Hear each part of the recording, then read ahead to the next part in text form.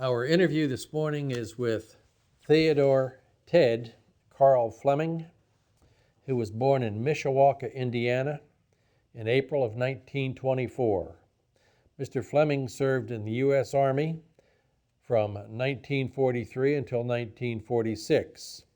His highest rank attained is Staff Sergeant.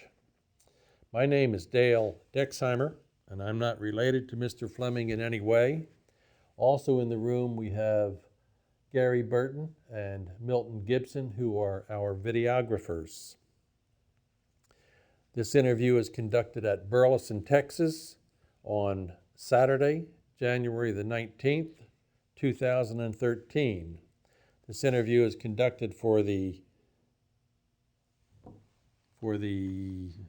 Veterans History Project at the Library of Congress, and also for Operation Remember, City of Burleson, Texas. And with that little introduction, Mr. Fleming, you can tell us about your time in the Army, sir. Okay.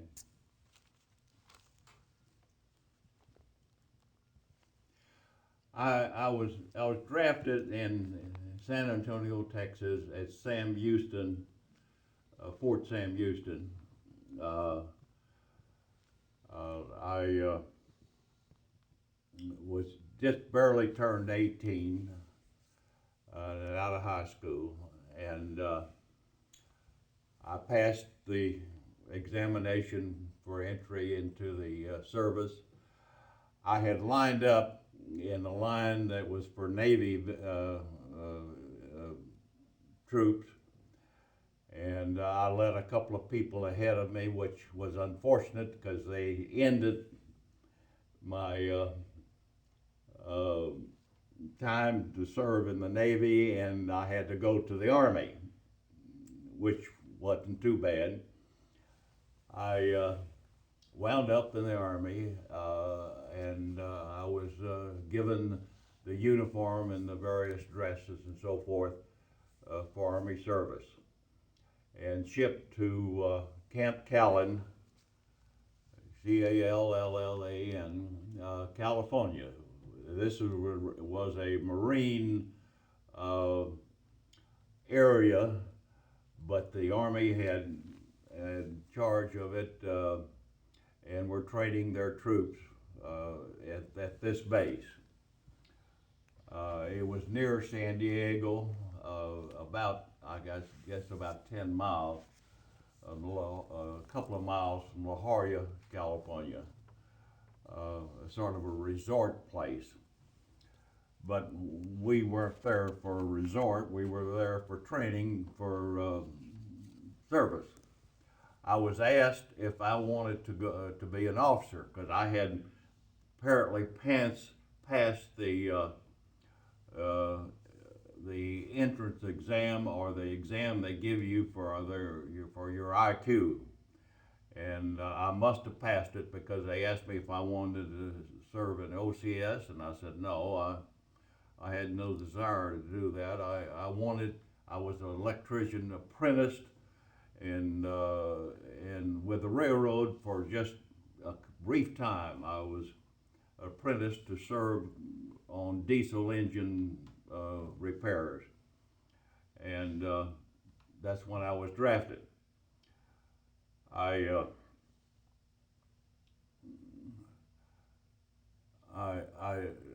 wanted to continue that, if I could, in the service in electronics.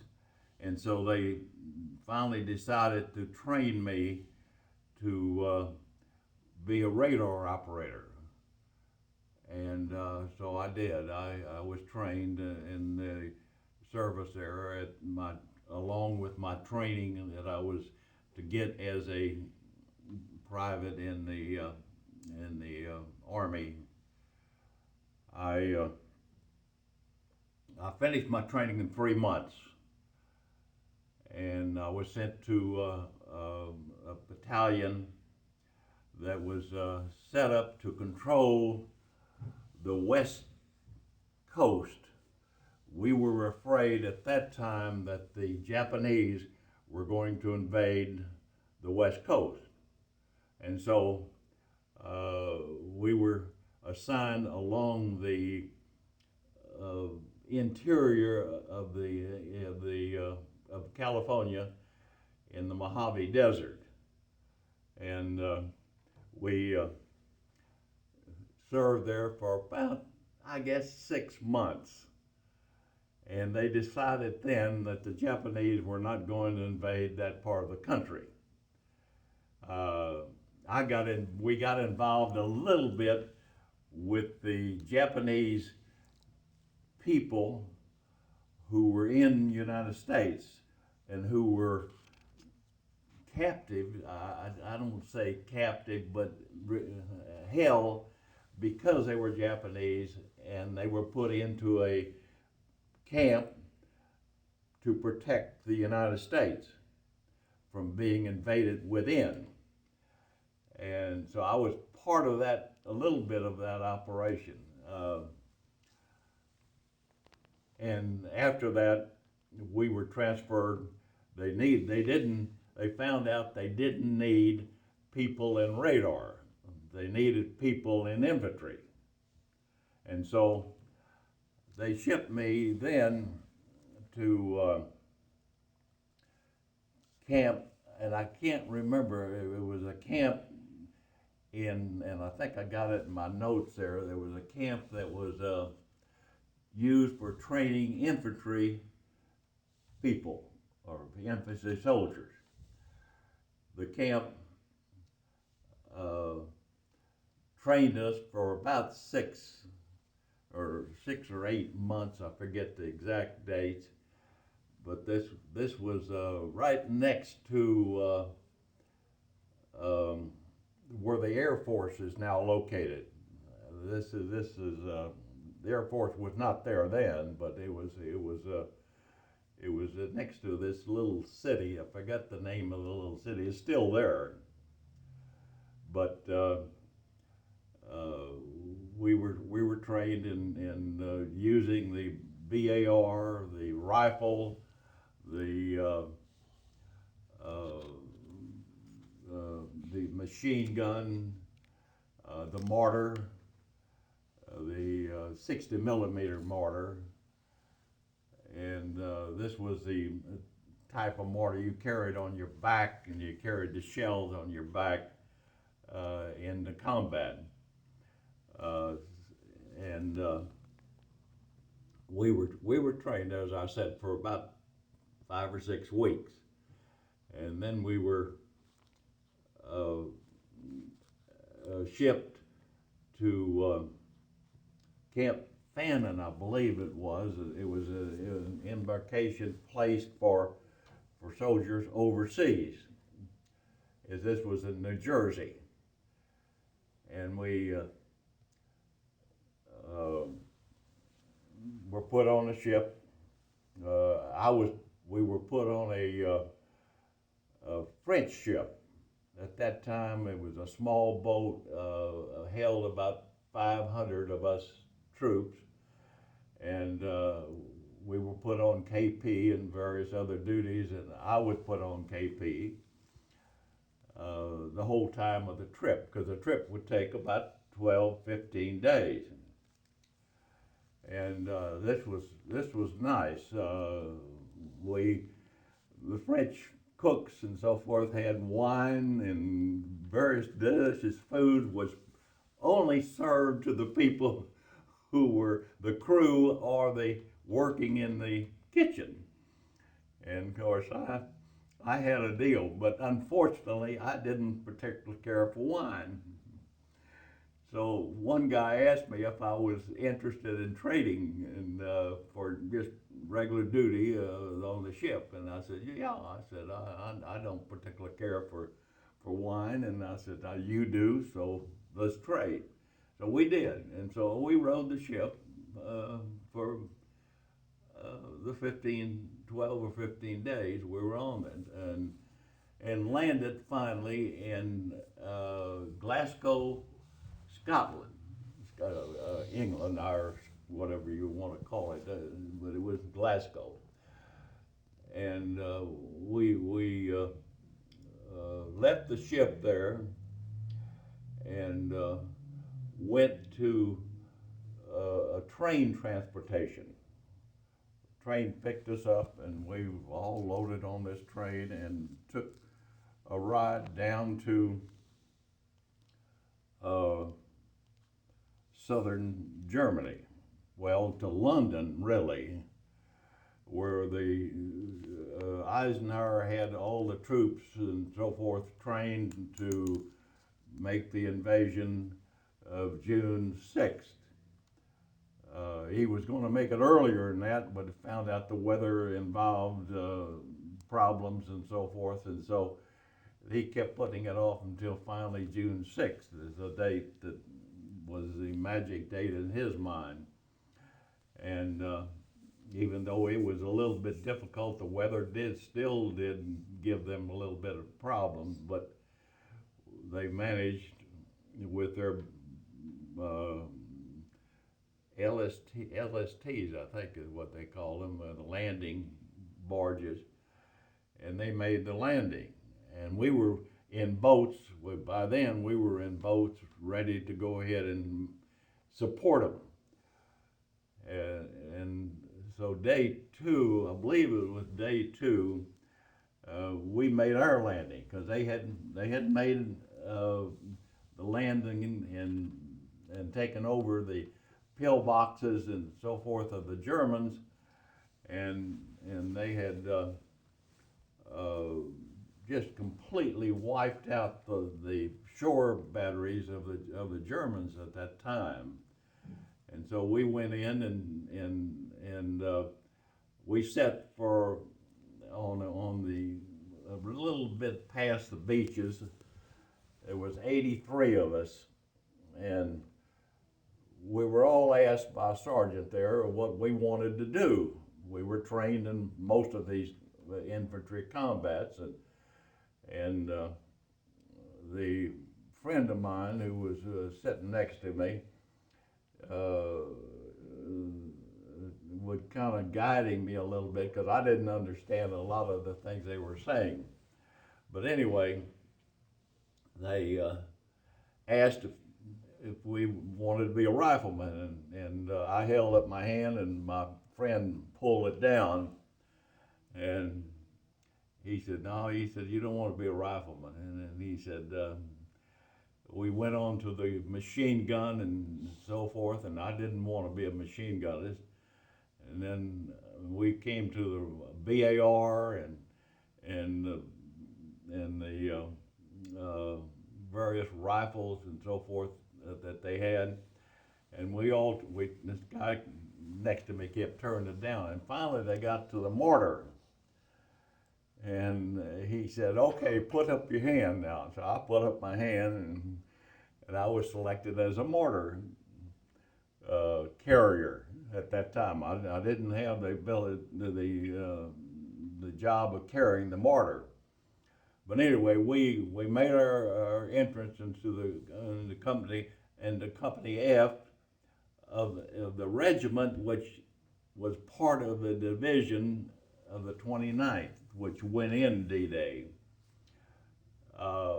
And we began our duties in fighting into a city called St. Lo, which was right about 30 or 40 miles inland from the shore there at where we invaded.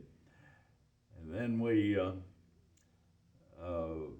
were assigned under a general by the name of Patton, who was really a tank general, but he was not involved in the invasion. So there was some problem that Eisenhower had with him, with troops at that time. He had hurt some or abused some troops apparently. But anyway, he wasn't given the assignment of the invasion. He was given the assignment after that, and then we were in charge of his operation.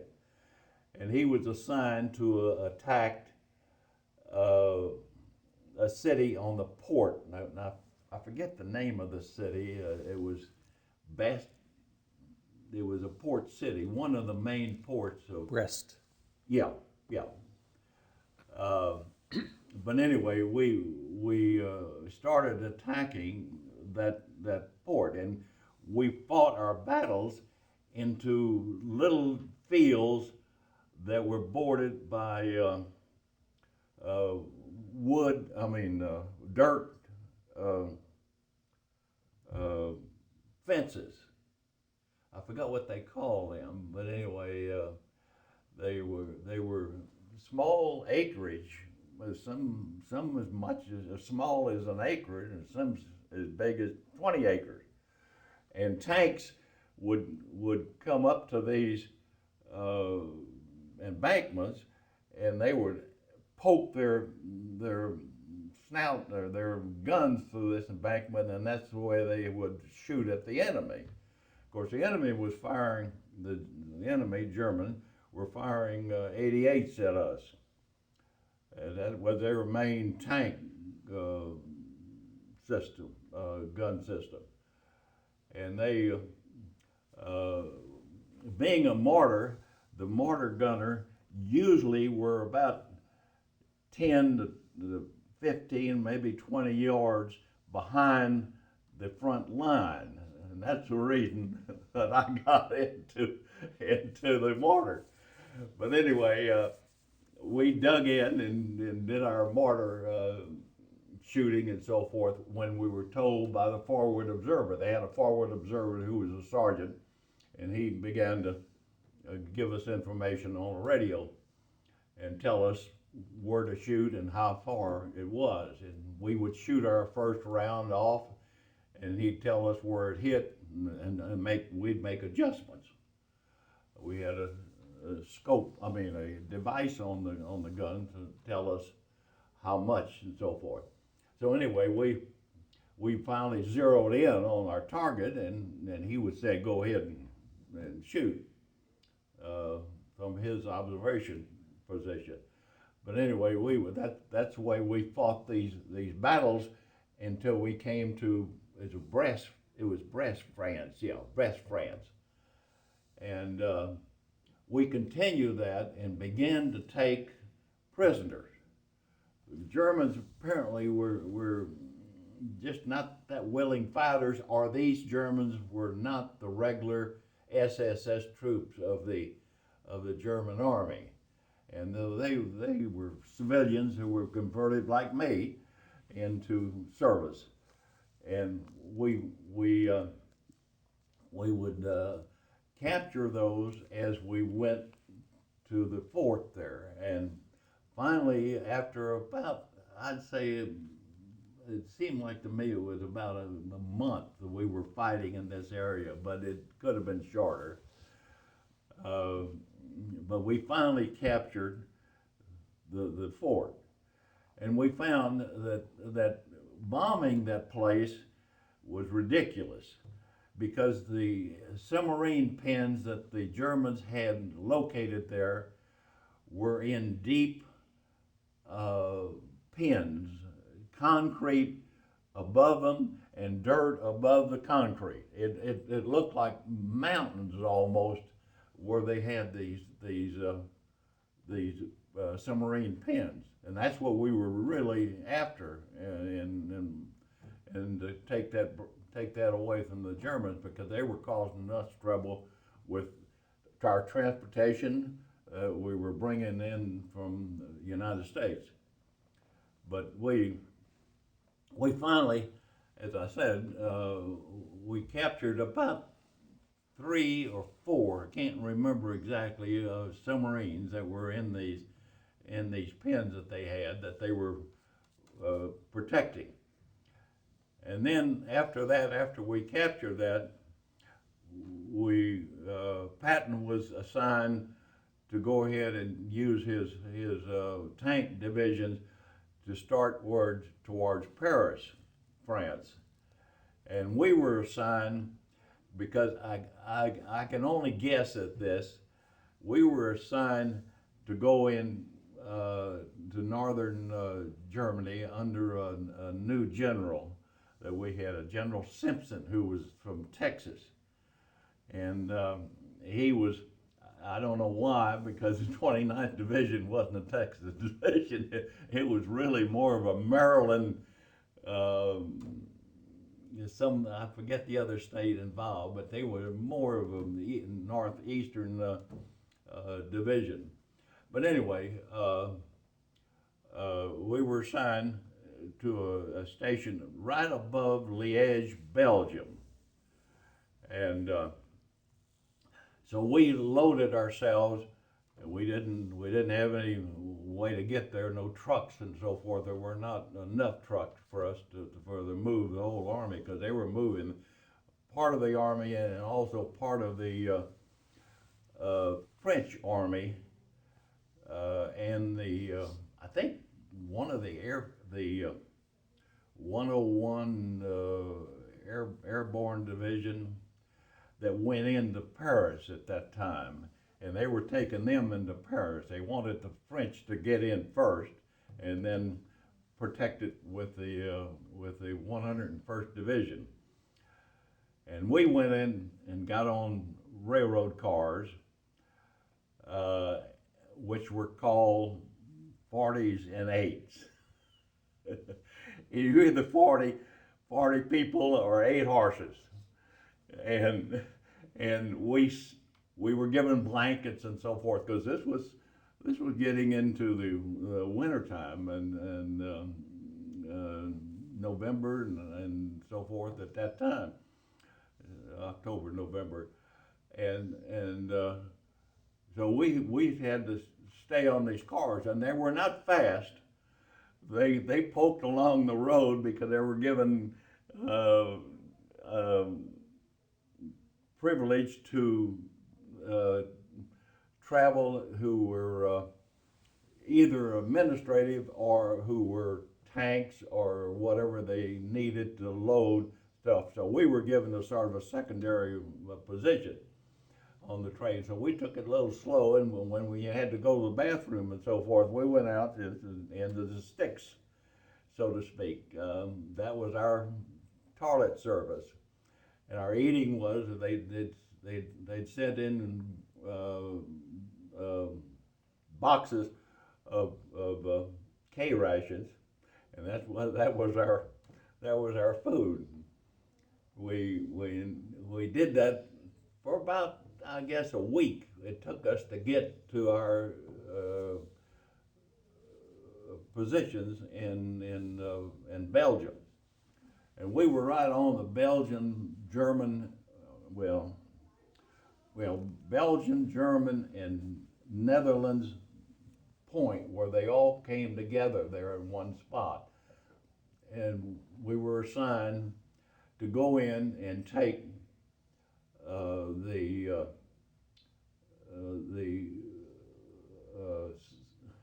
city of can't think of the city's name now. Cologne. But we were on a little river called the Roer River, R-O-E-R.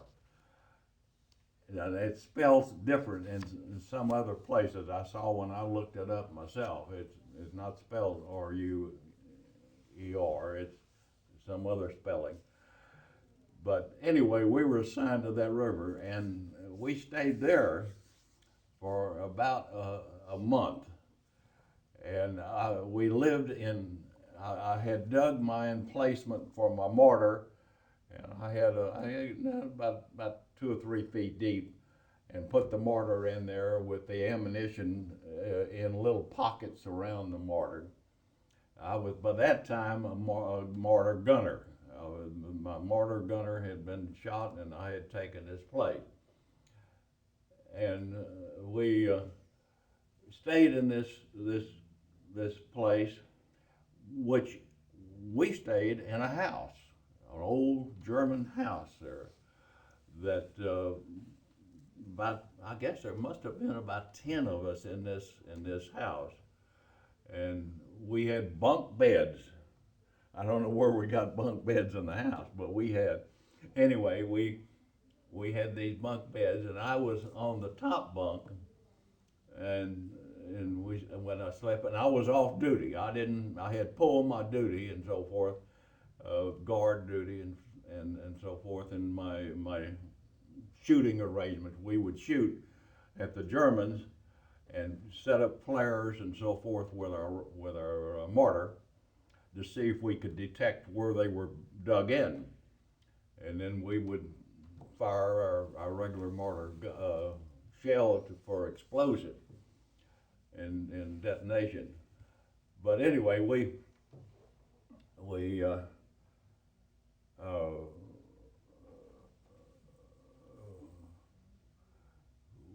did this, as I said, for several weeks.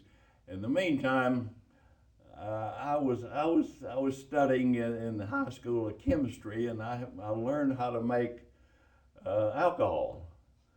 And so I set up we had potatoes and we had barley and various other ingredients that were basic to making alcohol, and we put behind. We had a stove in there, and we kept warm in this house. Although the Germans, for some reason, never did hit the house. They always hit things around the house, and we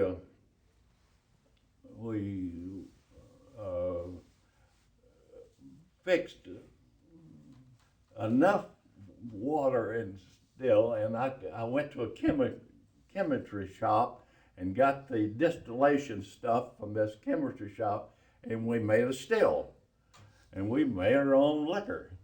But it was so bad, tasted so bad, I couldn't drink it. But other people were drinking it. I just didn't care for alcohol that much. Like beer, I didn't care for beer. But anyway, I thought I'd make it for the guys, and I did. And then one day I went out and I looked at my mortar and I couldn't find it. It was completely gone except the base.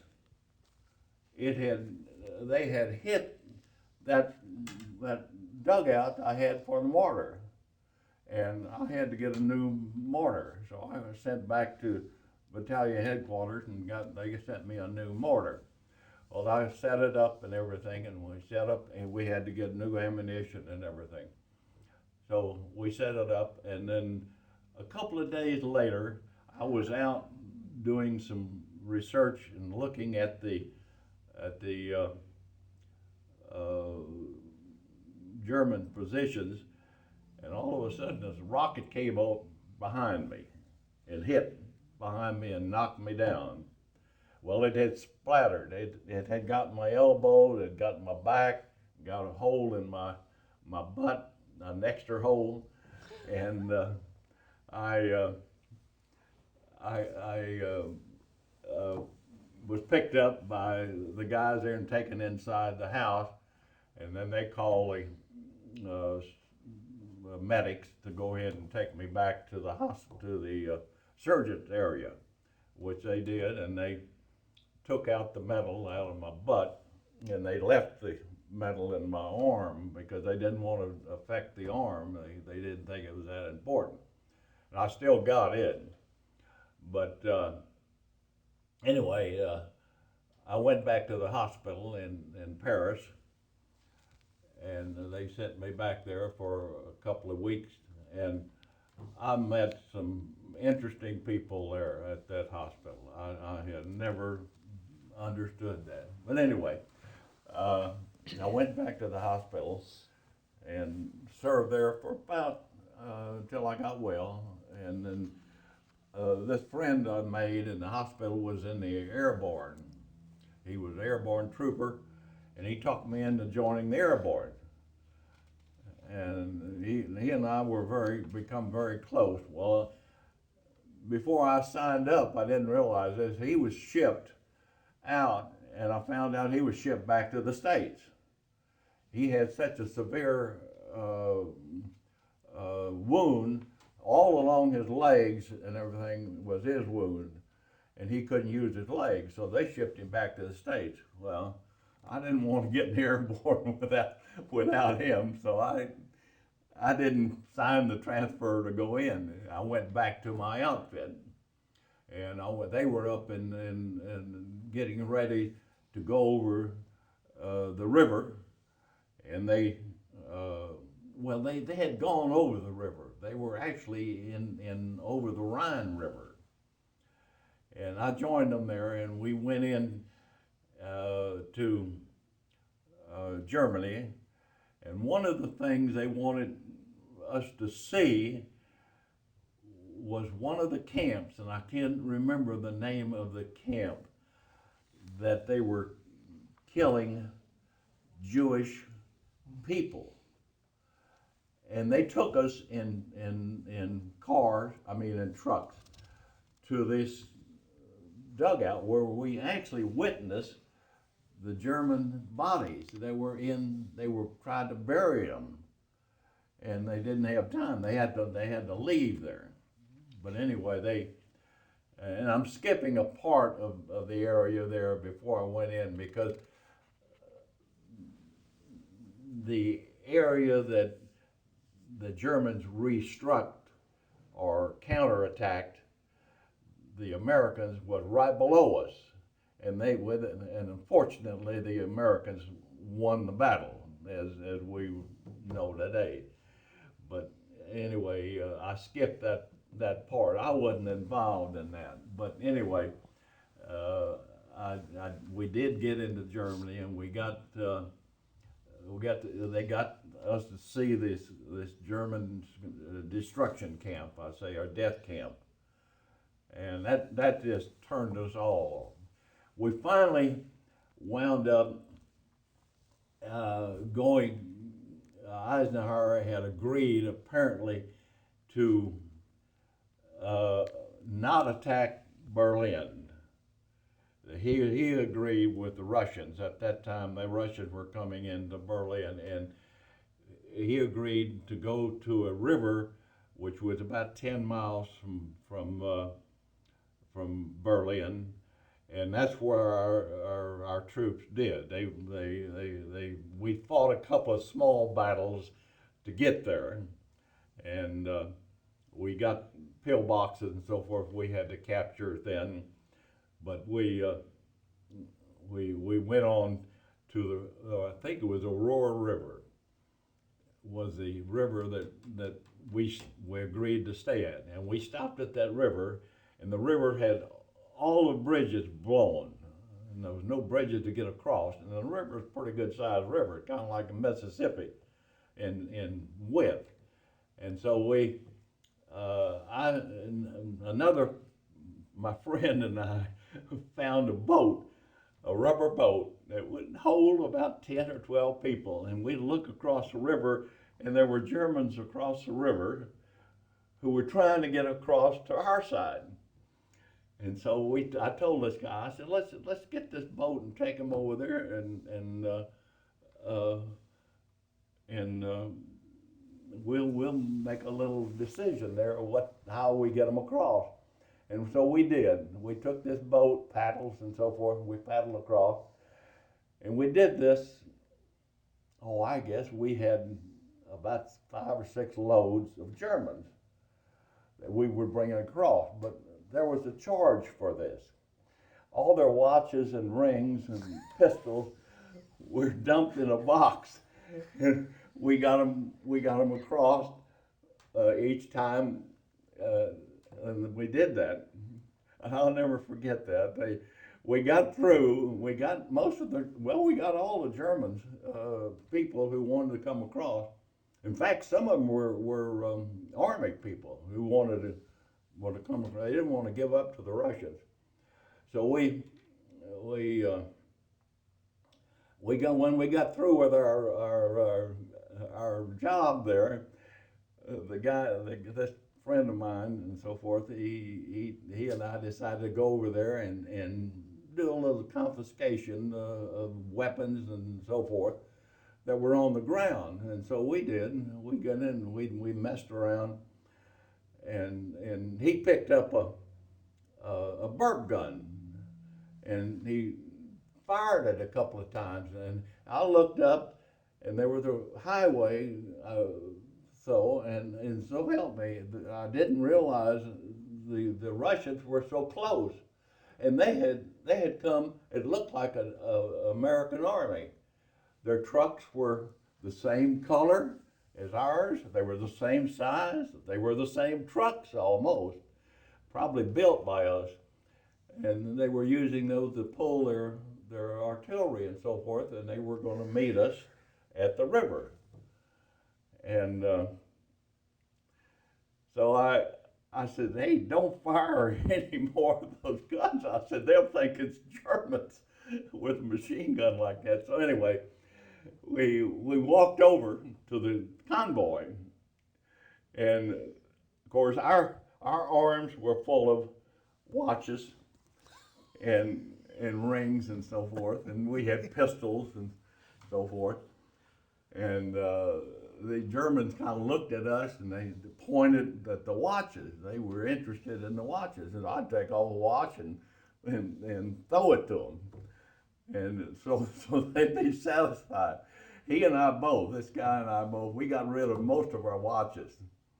We didn't keep it.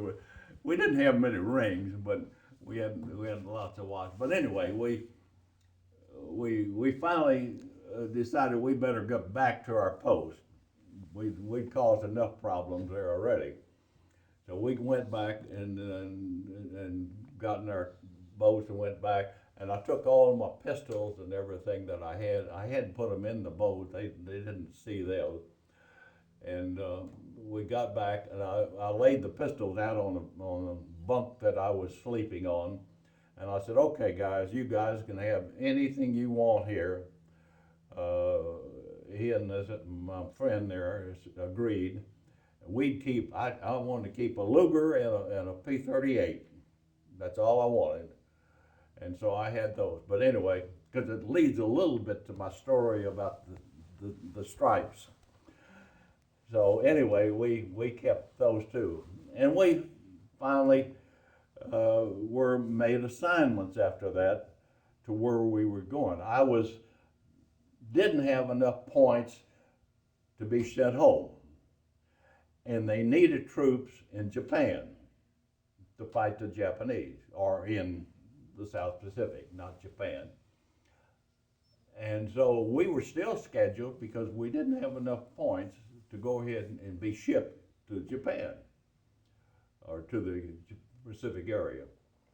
So we were assigned a place to stay, and obviously the motor pool people had enough points to go home, and so they appointed me as a motor pool sergeant. The captain did. And so that's when I became the sergeant. And we were assigned, our quarters were a tremendous castle. It was built, I was told at that time, by Bismarck. And it was a castle that Hitler used for boarding women that were to be bred. Now, this was a story I was told. I don't know if it's true. They would be bred for their master race. And it was beautifully designed and built. It had flushing toilets in every room, every room that was in that building. And it must have been 50 rooms. It was about 4 stories high and had a basement we used for cooking and so forth.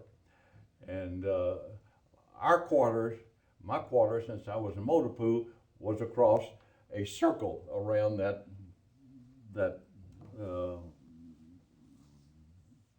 castle. I call it a castle, but it was really not built like a castle at all. It was built like a modern home that we would live in. The fixtures in the bathroom were plated gold and silver and so forth. Yeah, it was real modern. Hitler or whoever built it took care of putting it, making it a nice place. And he put nice quarters, there were horse quarters, and there were motor quarters across the way, and I was given the charge of the motor pool, and we were to guard tankers that were built for holding 200% liquor or alcohol for their buzz bombs. That was what they were using for their buzz bombs. And they had these bunkers, I guess must have been about a dozen of them. And we were to guard those bunkers because we didn't want people to go in and use that liquor. And unfortunately, they didn't say anything about the people who were guarding it. And so I'd take these guys out my drivers would take these guys out to the bunkers, and also we had ammunition bunkers that were underground. These were all underground, and cement tops and everything.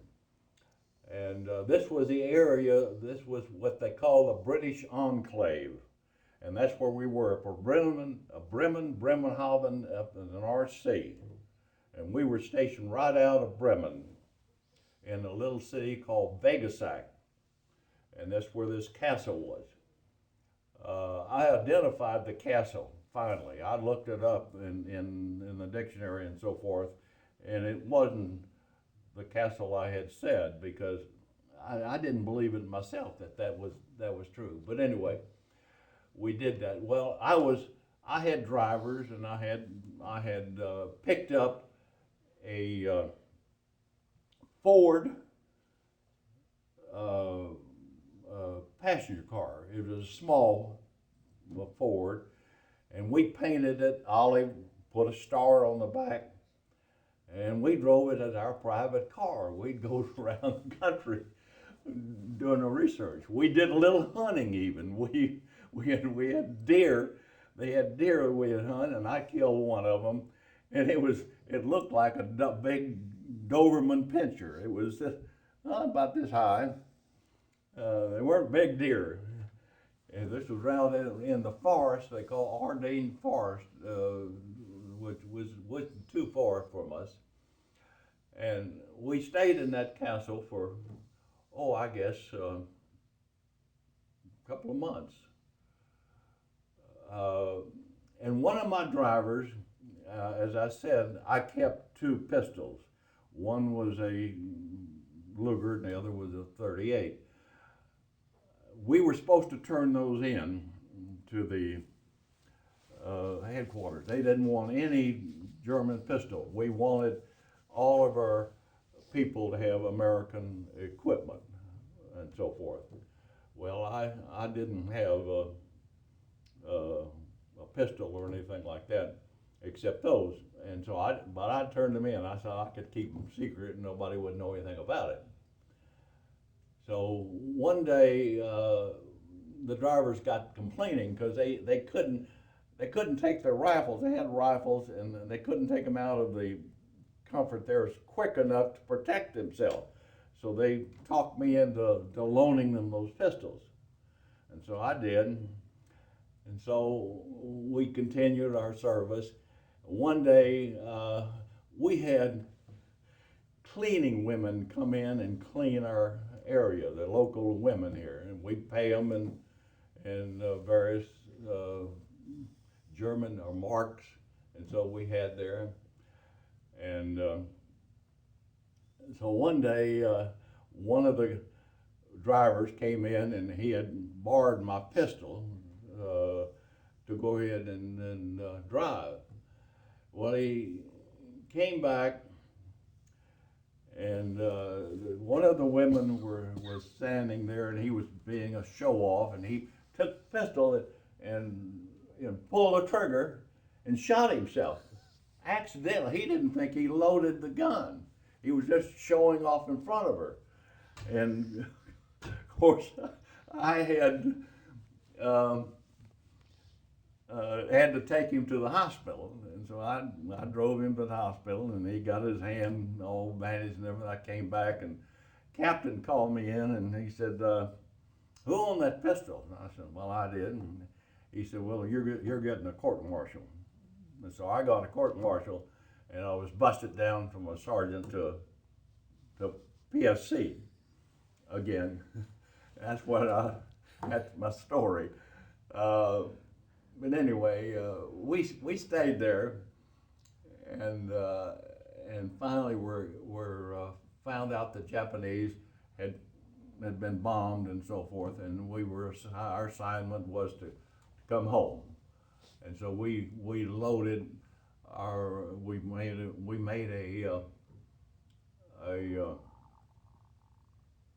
I guess a convoy, the convoy from where we were to Bremerhaven, which was a port. We were going to load ourselves to a ship there, and we did. We finally reached the port, and there's another interesting story there. I guess on me, I was driving. I decided I would drive the captain, and he was assigned to guide the transport. And he would get me to run the Jeep that I was driving up to a corner, and he would get out and he would take the job of guiding the transport or the convoy. And every time he would do that, unfortunately, he left his case of liquor in the front seat or underneath the front seat there. He had about 5 or 6 bottles. And I like I said, I didn't particularly like liquor, but I tasted, I guess, one of his bottles of, it was a special liquor, and I forgot what it was, cognac or something like that, and it tasted good. So I started drinking a little bit of it, and by the time I got to headquarters, I was feeling no pain. And I got to the drive. I finally drove to and stopped in front of the place we were going to stay at. It was a big building and so forth. We had been assigned places to stay before we got on the ship. And so the captain, when I got out, I fell and hit my head I was on top of a bunk, and I fell and I hit my head on the other bunk next to me, and I still got the scar right above my nose here. But anyway, that was from being a little bit too much drunk. And so the captain, he didn't particularly like me taking his liquor and drinking it. So he was going to do something else, and he never did. I still maintain a private, and I got on the boat, came home, got discharged shortly after that. But the rest of the story is in there. I did have a few drinks after that. I guess I didn't learn. I was put in charge of a bunk of a train car, the one car of a train that was a train that would carry injured people. They had beds in them instead of chairs, and we had a bed assigned to us. And I didn't need a bed, but apparently we were assigned it, and I was given charge of this thing. And when we reached St. Louis, we were heading towards Dallas, and when we reached St. Louis, we got off the train, and there was a lieutenant there that was in charge of the whole train, and he and I found the liquor store, and we bought some liquor. Again, I don't like liquor, but anyway, we brought it back to the plane, and I got a little bit too much liquor again, but I finally wound up in Camp Fannin, I think it was. No, that wasn't Camp Fannin. it was a camp outside of Dallas, and I can't think of the name of it, where we were discharged. And they paid us, I think, $300 or something like that for transportation, and we took off, and I hitchhiked back to San Antonio, saved my money, and was discharged. That was my service in the Army. You got quite a story, Ted. Yeah, it is when I think about it. It is. I left some stuff out of there, but I thought the most important things were the kind of funny things that I had, and then also the sort of the dangerous things I had. Couple questions for you, Ted. You dealt with the Japanese internment camps, interior of California. At that time, what did you think about that? I guess I didn't have much. Here I was, 18 years old, and I didn't have much thought of many things. I was thinking of, I guess, I wasn't thinking certainly of the Japanese. But you know, there's a surprising thing. About 5 years ago, I took a trip up to Canada, and I went to the Canada way up in the mountains in Canada, and I met a Japanese there. Now this was about 10 years ago. I met this Japanese couple there, and unfortunately, they were one of the captives. And I made very close friends. They lived in the United States there. And my wife and I made very close friends with them. And we visited them several times. And they told us of their experience in that camp. It was surprising. I didn't realize they were treated so badly. And I think the American people realized that, and they rewarded the Japanese money, which wasn't much, but it was some money that they gave them, each one of the families. But at the time in 1943, Yeah. you were a private doing what the sergeant told you to do. Yeah. Didn't worry too much about it. No, I didn't. I didn't think too much about it. I thought, well, they know somebody knows. Roosevelt knew what he was doing. You were lugging a 60 millimeter mortar. What'd that thing weigh? Huh? What did that mortar weigh? The 60 millimeter mortar that you carried? Yeah. What did it weigh? Oh, I'd say about 10 or 12 pounds. It wasn't heavy. It had a strap on it, and I'd say not over 15. I never did find out exactly what it weighed, but it was. I think the shells were heavier than the mortar. That was my next question. What did the shells were heavier. How many shells would? Usually about 5 or 6. They had a package that would hold 3 on each side, and that's about as many as a guy could carry. Yeah, and you had a load there, and besides you had a pistol, and this was another story. I had a pistol and 45? I had a 45, and I had taken it. I found in Germany, an airplane that had these plastic windows on it, and they were still some good pieces. I took and I cut a piece the size of a pistol grip, and I put I had some nude women. I put underneath that, and I put on my pistol. I took the protection, the plastic off of the pistol, and I put mine there, and you could see through them. Well, one day the captain was going through an inspection. I think it was a lieutenant. He had a lieutenant colonel with him, yeah. And I had my pistol up like this, and he looked at it, And he said, "Soldier, what did you do there?" And I said, I just pictured my pistol." He said, "I want that pistol." And I said, "Well, that's up to you if you want it." So he took the pistol and kept it. I don't know if he got it today or not, but he took my pistol.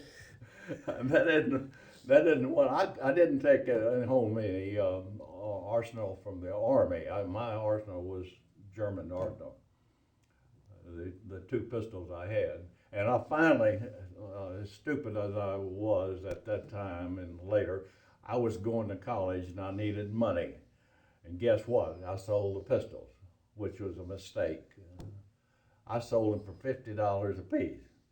And those things would bring, $1,000, $2,000 today. And I needed money I was going to college, and I was going to college on the GI Bill. And I was fortunate. One thing the government did, I think, was give the GI Bill. You did get some benefit. No. By the way, I left this, I think I put it in my story, but I left out the story of meeting my brothers in Metz, France. I met them after the war was over. I met my two brothers. They were in the 36th Division. And I had written them a note and said I'd meet him in Metz, France, and I did.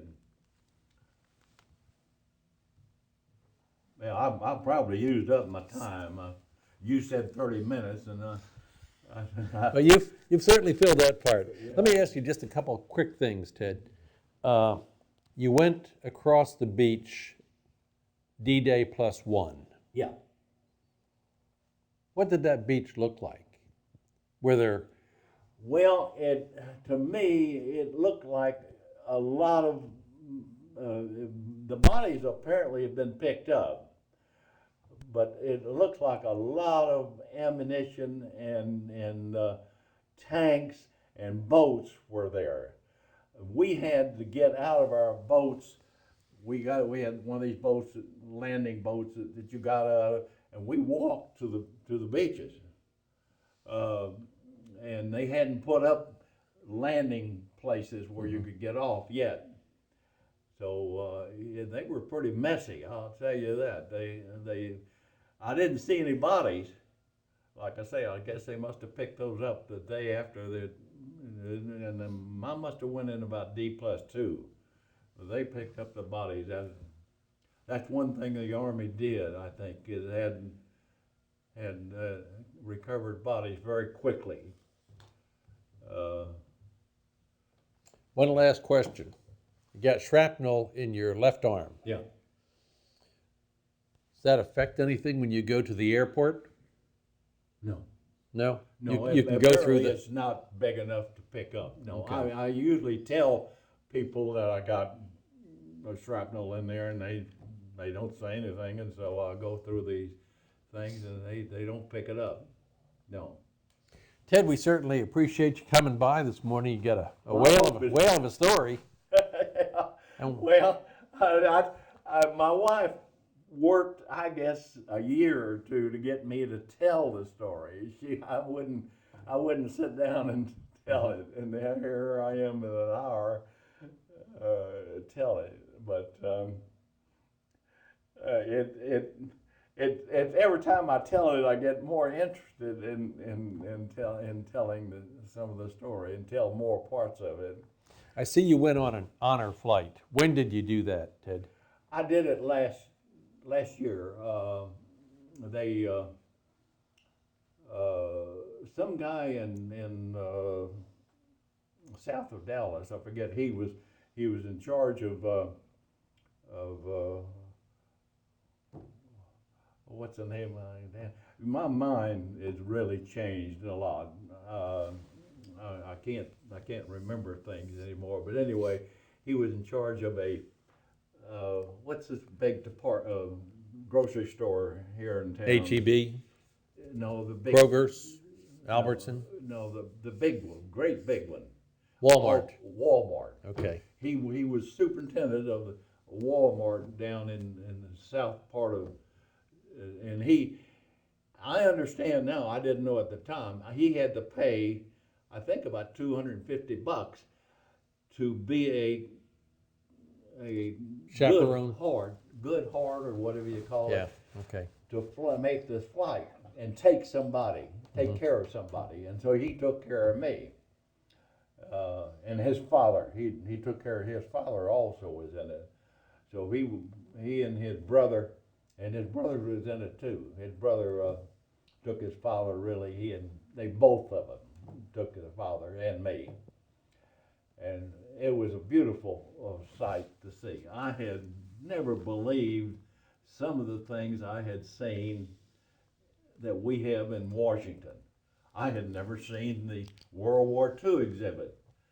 And I went there and they had a computer. I put my name in and so forth, and my name was in the computer. My brother's names were in it. Yeah, I don't know how in the hell they got all this stuff, but they had everything in that computer. And that thing, I made a circle. They took pictures and everything, and they gave me pictures.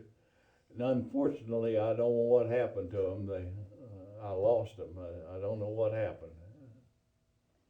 But I was sent.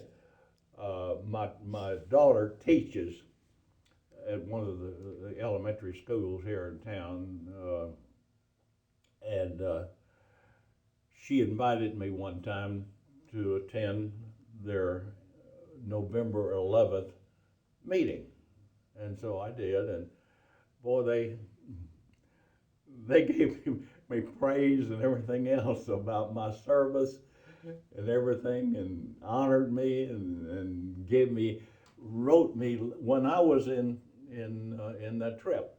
They wrote letters or notes, and I had a stack of notes that thick. When I got off the plane, the admiral had made a speech to us and gave us, each one of us, there was about 40 of us, and gave each one of us a packet from their local area that had acknowledged, I guess, their service. It was a beautiful thing that they did. I really enjoyed that. It's a good place for us to stop, I think, Ted. Mm-hmm, mm-hmm. You bet. Thank you, sir. All right. Thank you. Keep your seat, Ted. We're just